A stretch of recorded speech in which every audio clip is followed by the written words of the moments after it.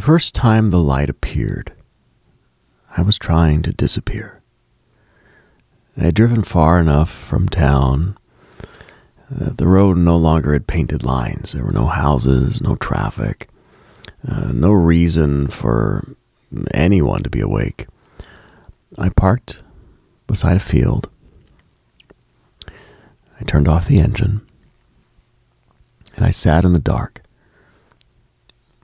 without deciding what would happen next. That detail matters. I hadn't made a plan.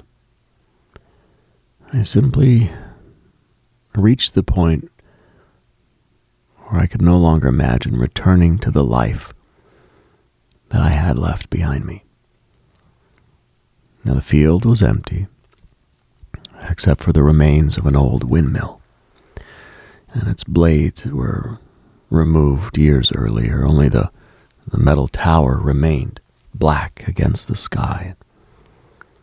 And then a light appeared at the top of it, small, white, perfectly steady. I assumed it was a warning lamp for, low-flying aircraft or something. Although the tower was barely 30 feet tall, I watched it for several minutes. It didn't blink. And then it moved. It rose above the tower, crossed half the sky, and stopped directly over my car. My radio turned on all by itself. No music, no static, only a woman breathing very slowly, as though she were sleeping beside the microphone. After a while, she whispered, "There you are." The light went out. I started the car and drove home. And years later, I returned to that road during the day. The field was still there. The windmill was not. In a world full of noise, trust the signal. If you're hearing this, you've already found it. This is Dove and Serpent Radio. The time is 2:14 in the morning. The temperature outside the station is 58 degrees. The sky is clear. Although the observatory 12 miles north of us reports that one star has been visible in the same location since sunset. That would not ordinarily be strange. The star's beneath the cloud line. Martin has gone outside with binoculars. He says the object appears to be resting at the top of the old water tower. There is no old water tower near the station. There is now. If you're listening from the county road, you may notice a single white light following your vehicle from the east. Don't be alarmed unless it speaks first. Every light in the night sky arrives late. That's not poetry. It's distance. Light takes time to travel. Even the nearest things are seen as they were, never precisely as they are. Look across a room, and you're looking into an almost immeasurably recent past. Look at the moon, and you see it a little more than a second ago. Look at the stars, and the delay becomes years, centuries, or much, much longer. The night sky is an archive. It doesn't show the universe in the present tense.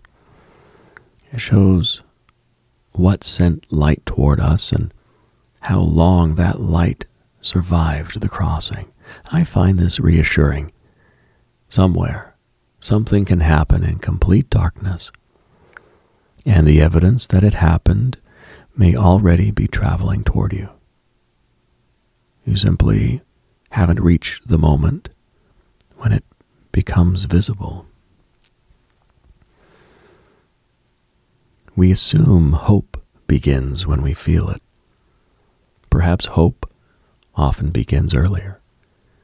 Perhaps someone makes a decision and opens a door and plants a seed, survives a night, or says your name in a room you've not yet entered. The consequence begins moving. You remain unaware. Nothing in your immediate sky changes then. One evening, the light arrives. You receive a postcard from a man who'd been dead for 11 years. His name was Daniel. Now, we worked together briefly when I was younger, although I don't know that I'd call us close. He had a habit of writing small sentences on scraps of paper and leaving them in strange places, like inside books or under coffee cups, and once inside the pocket of a coat that I hadn't worn in months. And these sentences were never profound. I was like, buy batteries. The soup is better on Thursday. You looked tired, so I didn't ask. Now, Daniel died suddenly. The scraps stopped appearing. 11 years later, on a week when several things in my life had collapsed all at once, a postcard arrived without postage. The picture showed a night sky above an empty swimming pool, and on the back, in Daniel's handwriting, there were 5 words. You are later than expected. And I searched the card for an explanation. There's no date, no address, no printer's mark. The paper smelled faintly of chlorine. I kept it on my desk for months. It did not tell me what to do. It did something stranger. It made me feel expected somewhere. The time is 2:20. Martin has returned from the water tower. He says there's no ladder, no maintenance door, no visible source for the light. The white glow appears to be shining through the metal from the inside. He also found 7 dead moths arranged in a circle beneath it. One of them moved when he counted aloud. We have chosen not to recount. There is an old method of finding direction at night by locating one reliable point in the sky. You don't need to know every light. And you don't need to understand the entire arrangement. One fixed reference can tell you which way you're facing. That's what makes a guiding light useful. It doesn't come down and walk the road for you. It doesn't remove the forest. It doesn't guarantee that north is where you should go. It simply remains where it is long enough for you to orient yourself. People sometimes demand much more from hope. We want it to be proof that everything will work out. We want a contract from the universe, right? We want the light to promise that the relationship will survive, or the body will heal, or the money will return, the work will grow, and the person we miss will come walking back through that door. That's prediction, wearing hope's clothing. Hope is smaller and more durable. Hope says there is still a direction available from here. I learned this from a woman who disappeared beside a lake. I'd stopped near a public boat launch just before dawn. There was one other car in the parking lot, an old green sedan with its driver's door open, and a woman stood barefoot at the edge of the water. She wore a thin white dress, despite the cold. In each hand she carried a metal pitcher. I watched her dip one pitcher into the lake, and she poured the water from the other onto the dry ground. And she repeated this several times. One pitcher into the lake, one pitcher on the earth. It seemed backward. The lake didn't need more water, and the gravel couldn't possibly hold what she gave it. And I approached her and I asked if she needed help, and she looked at me like I'd interrupted a conversation. It has to go both places, she said. I said, what does? And she says, what kept me alive? And she emptied both pitchers, set them beside the shore, and walked into the trees. I waited for her to come back, but she never did. And her green sedan was unlocked, but there were no keys, no registration, no footprints leading from the driver's side. On the passenger seat, I found a hospital bracelet, but the name had been washed away. The admission date was tomorrow. I reported the car. By the time someone arrived, the sedan and the pitchers were gone. Only the wet gravel remained. And for years I thought maybe the woman was performing some ritual of loss. Now I wonder, maybe it was gratitude. She'd received something in the dark and could no longer keep it entirely for herself. Some had to be returned to the source. Some had to be poured where nothing appeared capable of growing. The time is 2:27. The station phone has rung 3 times from a number consisting entirely of zeros. On the 3rd call, I answered. The woman on the line asked whether the ground was wet yet.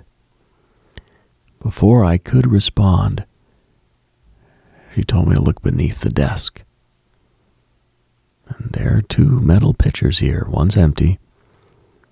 The other is filled with water and contains a reflection of a sky that is not currently above us. I have it covered with a towel. The reflected light remains visible through the fabric. Tonight's program is unofficially sponsored by the Last Light Observatory. Built beyond the final county road, the observatory offers uninterrupted views of everything that tried to reach you but arrived too late. Peer through our largest telescope and witness apologies still crossing interstellar space. See affection emitted by people who never learned how to express it while standing near you. Watch the final glow of opportunities you did not recognize until they disappeared below the horizon. Admission is free for anyone carrying a message they can no longer deliver. Our gift shop offers postcards without addresses, maps of places that only exist in retrospect, and bottled darkness suitable for preserving fragile revelations. The Last Light Observatory. Some things are gone. Their light is still arriving. I visited the observatory once. The building was smaller than I expected. An elderly man sat beneath the open dome, polishing a brass telescope. I asked what I would see. That depends on what you've mistaken for an ending, he said. I looked through the lens. I saw my childhood bedroom on the night before my family moved away. The walls were bare.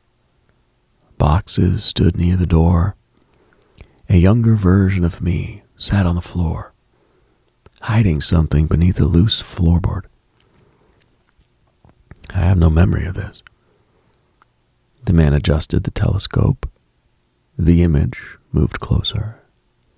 My younger self lifted the board and placed a small glass jar inside the floor.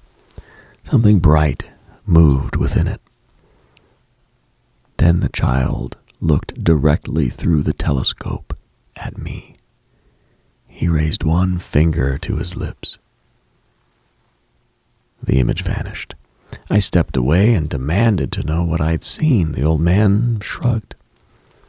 Light from a room that doesn't exist anymore.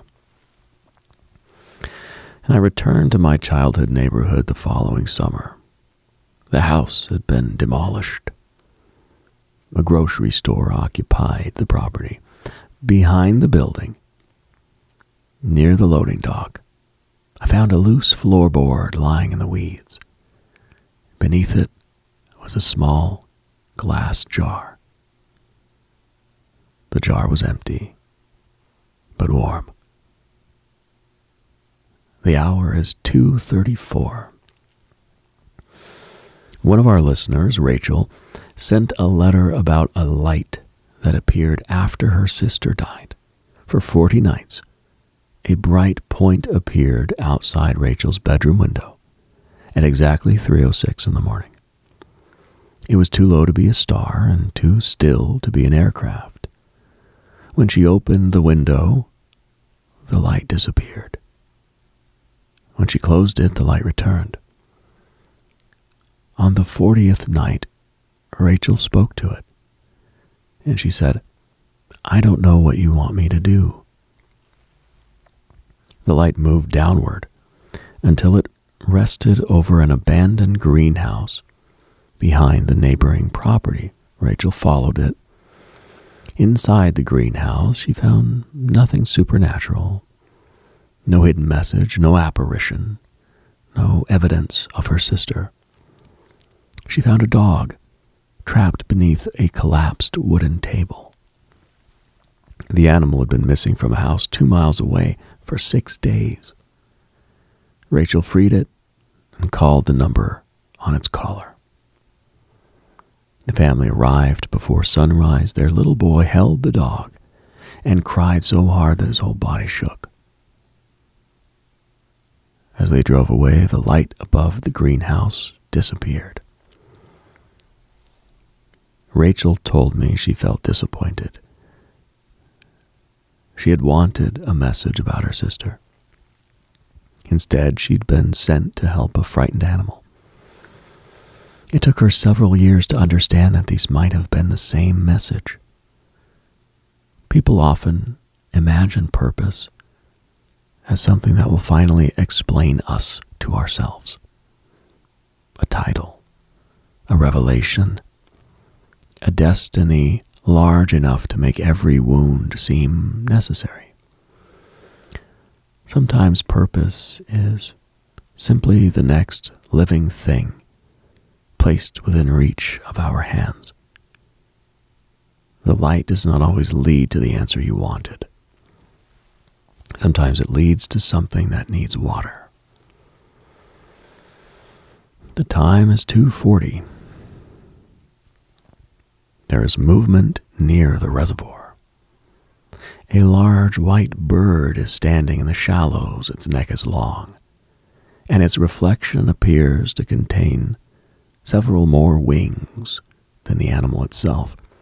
Martin says it's been there before. I asked when. He said, after every ending. I reminded him that we've only been working together for 3 years. He replied, I wasn't talking about us. The human eye becomes more sensitive after spending time in darkness. At first, a dark room appears empty, but gradually shapes emerge. The edge of a window, the outline of a chair, a thin band of light beneath the door. The room hasn't become brighter. You've just become more capable of perceiving what little light was already there. This is a physical process, but it has an emotional counterpart.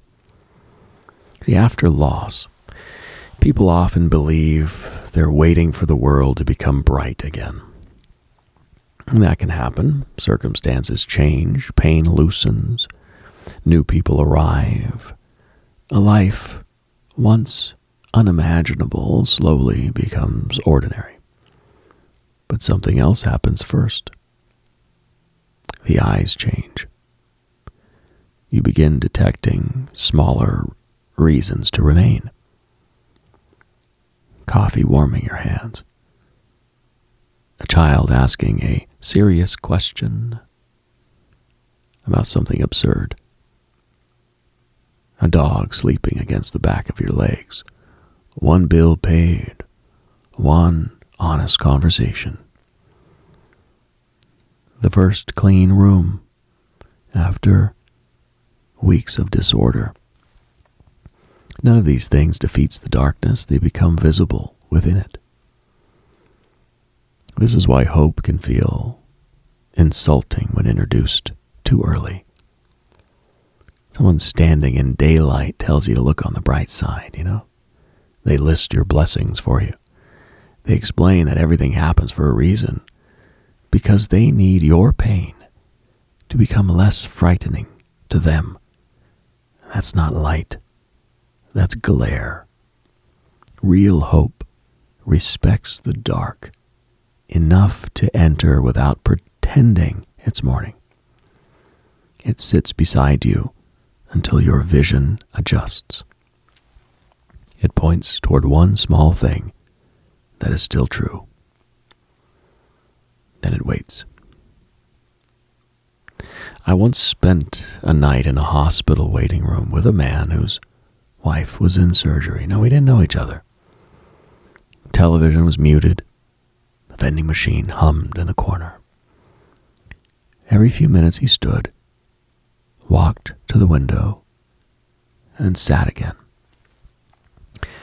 At about 4 a.m, he removed a folded paper star from his coat pocket and placed it on the table between us.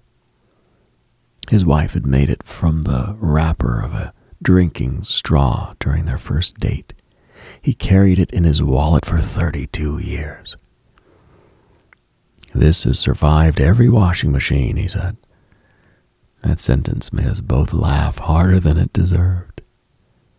And the laughter sounded wrong in the waiting room, which made it worse. Then the man began to cry. I didn't tell him that everything would be all right, because I didn't know that. I pushed the paper star back toward him and I said, "It made it this far." He held it between both hands. "Yes," he said, "it did." Sometimes that's the only honest hope available, right? It made it this far. So did you. The time is 2:46. The white bird has left the reservoir, but its reflection remains in the water. The reflection is watching the station. We've turned off the exterior lights in the hope that it might lose interest. Instead, the water has begun glowing.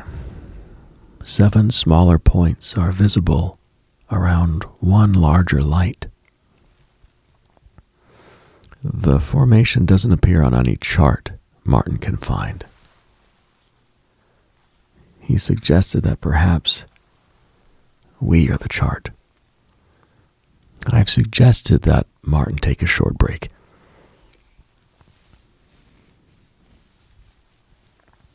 Now, there's a story told in different forms about a traveler. This traveler becomes lost after the road disappears beneath snow. Now, he's got no compass. His tracks vanish behind him. The sky is clouded, and the cold has begun making him sleepy. Then a small opening appears between the clouds. One light becomes visible. The traveler follows it and reaches a house before freezing. Now, in some versions, the house belongs to a widow. In others, it's a monastery, a stable, or an empty cabin with a fire already burning. One version ends differently. The traveler survives the night and returns the following spring to thank the person who saved him. He finds no house, only a tree beside a spring. From one branch hangs his own lantern. He recognizes a dent in the metal and a repair that he'd made, years earlier. The oil reservoir is empty, yet the flame is still burning. The traveler realizes he'd not been guided by a light sent from above. He'd been guided by something he once carried and believed he'd lost. I prefer this version. We spend years asking the universe to send proof that we can survive the road. Meanwhile, evidence from our own life hangs somewhere in the dark. The night we already endured. The ending that did not end us. The version of ourselves who did the frightening thing without feeling ready. The promise we kept when no one was watching. There are no guarantees. There are coordinates, and they tell us that we've occupied courage before. We may be able to find our way back. The hour is 2:51. Tonight's mail includes a small glass bottle filled with clear water, and the label reads, "Pour this where you have given up." There are several difficulties with that instruction. Some places are too far away. Some no longer exist. Some are people. One is the studio copy machine. Martin's volunteered the copy machine, and we're considering it. Hope has acquired a reputation for being passive. People describe it as waiting and wishing and looking up and asking a distant power to intervene. And that's only one form. It's rarely the form that changes a life.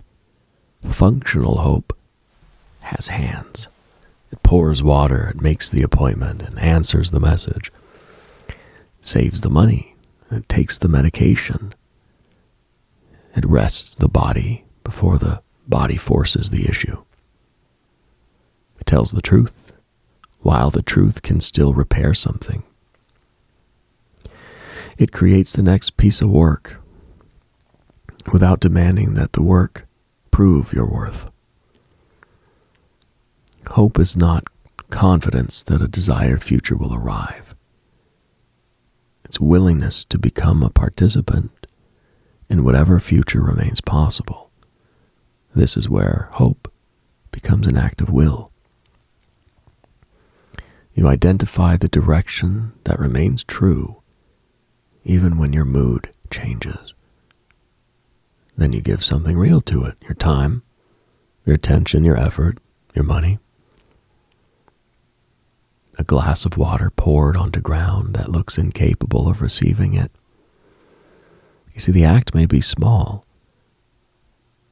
Its smallness does not make it symbolic. It makes it physical.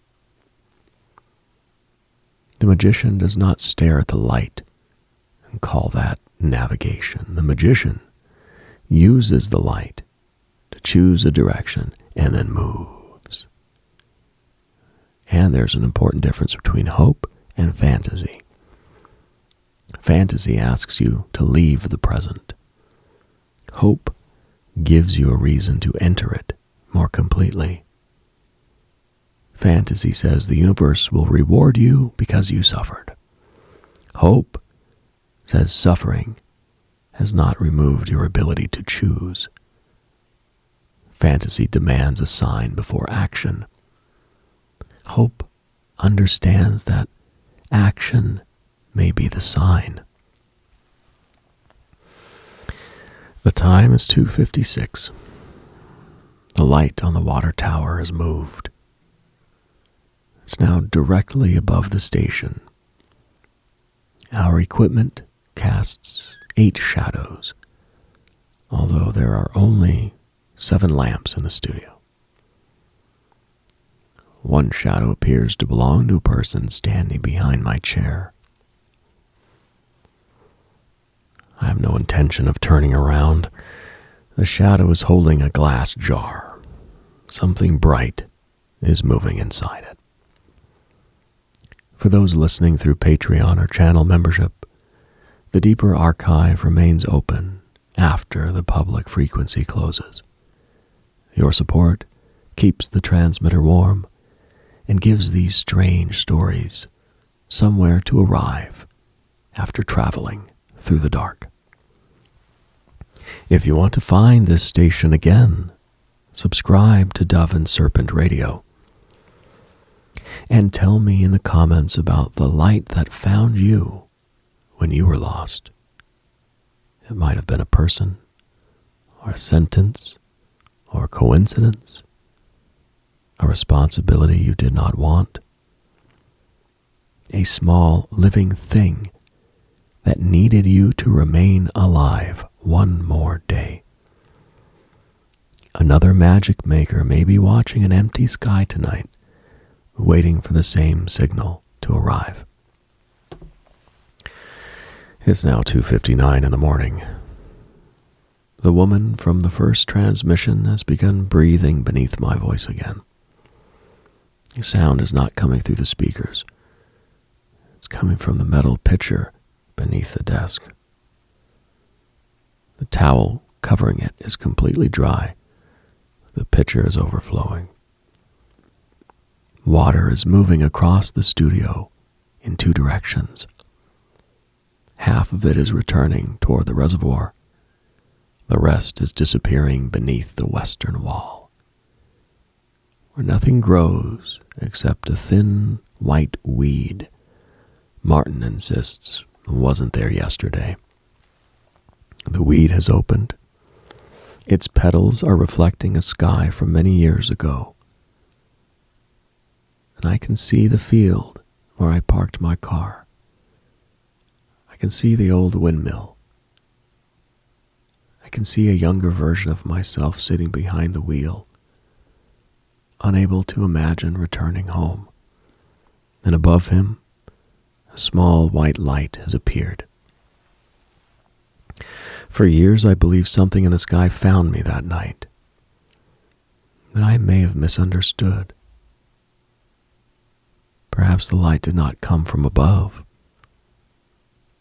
Perhaps it came from here, from this room, from this moment, from the person I survived long enough to become. Perhaps some part of us is always sending light backward. Every time we keep going, we become evidence for the person who does not yet know that we will.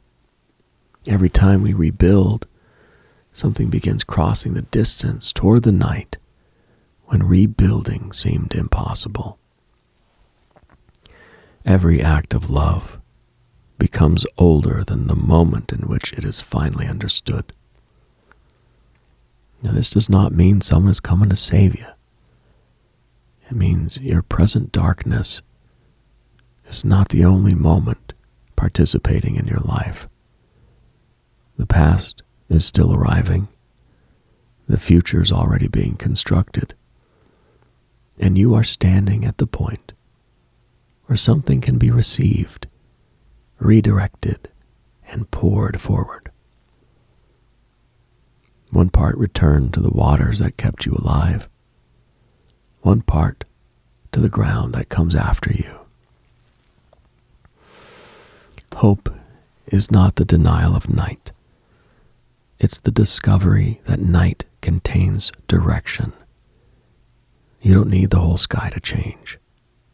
You need one honest point that remains visible long enough to choose your next step. The light above the studio is fading now. The extra shadow has disappeared. The glass jar is sitting on the desk.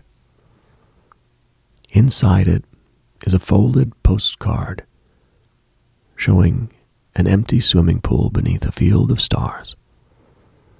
On the back, in handwriting I recognize as my own, are 5 words. You are exactly on time. Until next time, stay strange in the silence, and keep the dial somewhere between wonder and understanding.